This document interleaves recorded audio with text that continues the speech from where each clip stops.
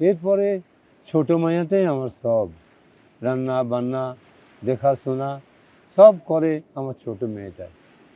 মায়ের মতো আদর সোহাগ রান্না বান্না সব কিছু আমার ছোটো মেয়েটাই করে। আপনার ছোট মেয়ের নাম কি? ঢেউ। ঢেউ? বাহ, সাগরের মেয়ে ঢেউ। হ্যাঁ, ও যখন জন্ম নিল তারপরে খুব হাসি খুশি ছিল। খলবলিয়া ওই সাগরের ঢেউ যেরকম কিনারে এসে লাগে ওরকম কোলে এসে উঠত, এই জন্য আদর করে নাম দিলাম ঢেউ। এখন তাহলে ঢেউকে নিয়ে বেশ আনন্দেই আছেন, তাই না? মহা আনন্দ মানুষকে কাঁদায়, আবার মহা দুঃখ মানুষকে হাসায়। বা আপনি তো বড় বড় মনীষীদের মতো কথা বলছেন। কি বিষয় বলুন তো। না, বিষয় কিছু না। আমার মায়াটাকে একটা ছেলে খুব পছন্দ করতো। পছন্দ করতে মানে? এখন আর পছন্দ করে না? সেটা আমি জানি না, তবে একদিন দেখলাম আমার মায়াটার মন খারাপ, কি যেন ভাবতেছে।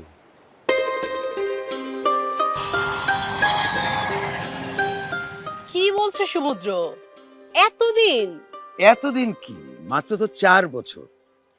4 বছর তোমার কাছে মাত্র হলেও আমার কাছে 40 বছরের সমান। এই 40 বছর দেখবে কেমন 40 মিনিটে দূর হয়ে যায়, যদি তুমি আমার জন্য মঙ্গল কামনা করো। আমি তোমার জন্য অমঙ্গল কামনা করি? না না, মানে তা বলছি না, তবে তবে তবে কি? শোনো ঢেউ, আমি তো বেশি দূরে যাচ্ছি না। বেশি দূরে যাচ্ছ না মানে? তুমি বিদেশ যাচ্ছ না?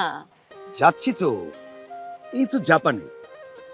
শোনো, ওখানে একটা বিশেষ কোর্স করতে পারলেই আমার দেশে কোনো চাকরির অভাব হবে না।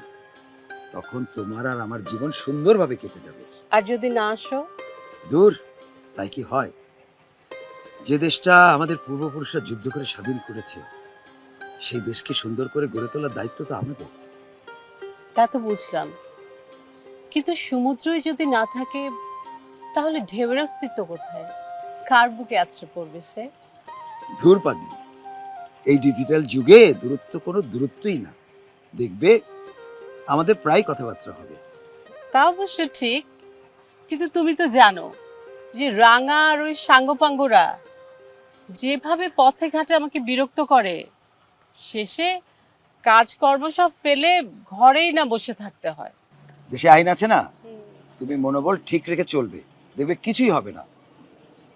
এবার হাসি মুখে এই অধমকে বিদায় দিলে কি তার তো হবে। তুমি বেশ বদলে গেছো, পুরনো সৈকতে আর বংশীরে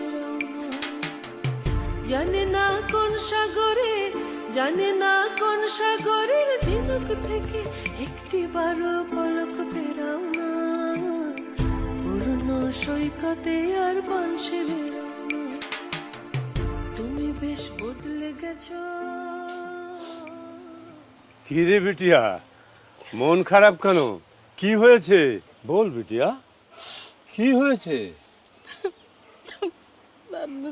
আরে রোমাত, রোমাত বিটিয়া, তুই কাঁদলে আমার দিলে বড় কষ্ট হয়, খারাপ লাগে। তো বল বিটিয়া, কি হয়েছে বলতো?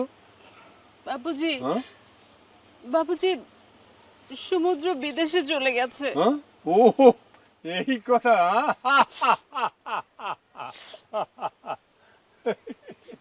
আমার কষ্ট হচ্ছে বাবুজি, আর তুমি হাসছো।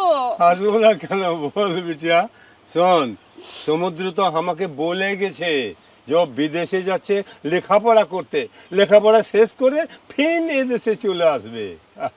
তুমি সব জানো আর আমি কিনা। শোন, আমি তোর বাপুজি না? চল খাবার দিবি, চল কামে যেতে হবে। হ্যাঁ,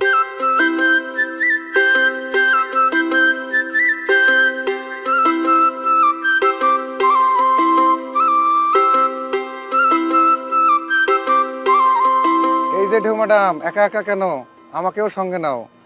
দুজন গল্প করতে করতে হাঁটলে রাস্তাটা ছোট হয়ে যাবে। আমি তোমার সাথে কোনো কথা বলতে চাই না। কিন্তু আমি তো কথা বলতে চাই। আমি তোমার সাথে কথা বলতে চাই না, রাস্তা ছাড়ো। এখন তো সমুদ্র নেই, আমার ঢেউ সুন্দরী তাহলে কার বুকে আশ্রে পড়বে? আমার কথায় রাজি হও, বিয়ে করে তোমাকে রানীর হালে রাখবো। অবৈধ পয়সাওয়ালার বকে যাওয়া অশিক্ষিত বেকার সন্তানেরা এসব স্বপ্ন দেখতেই পারে, তাতে আমার মতো ভদ্র সন্তানের কিছুই যায় আসে না।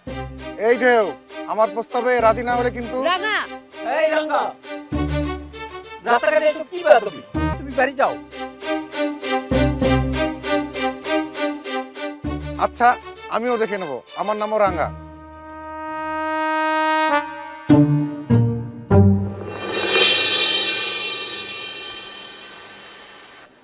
চাচাজি, কি ভাবছেন?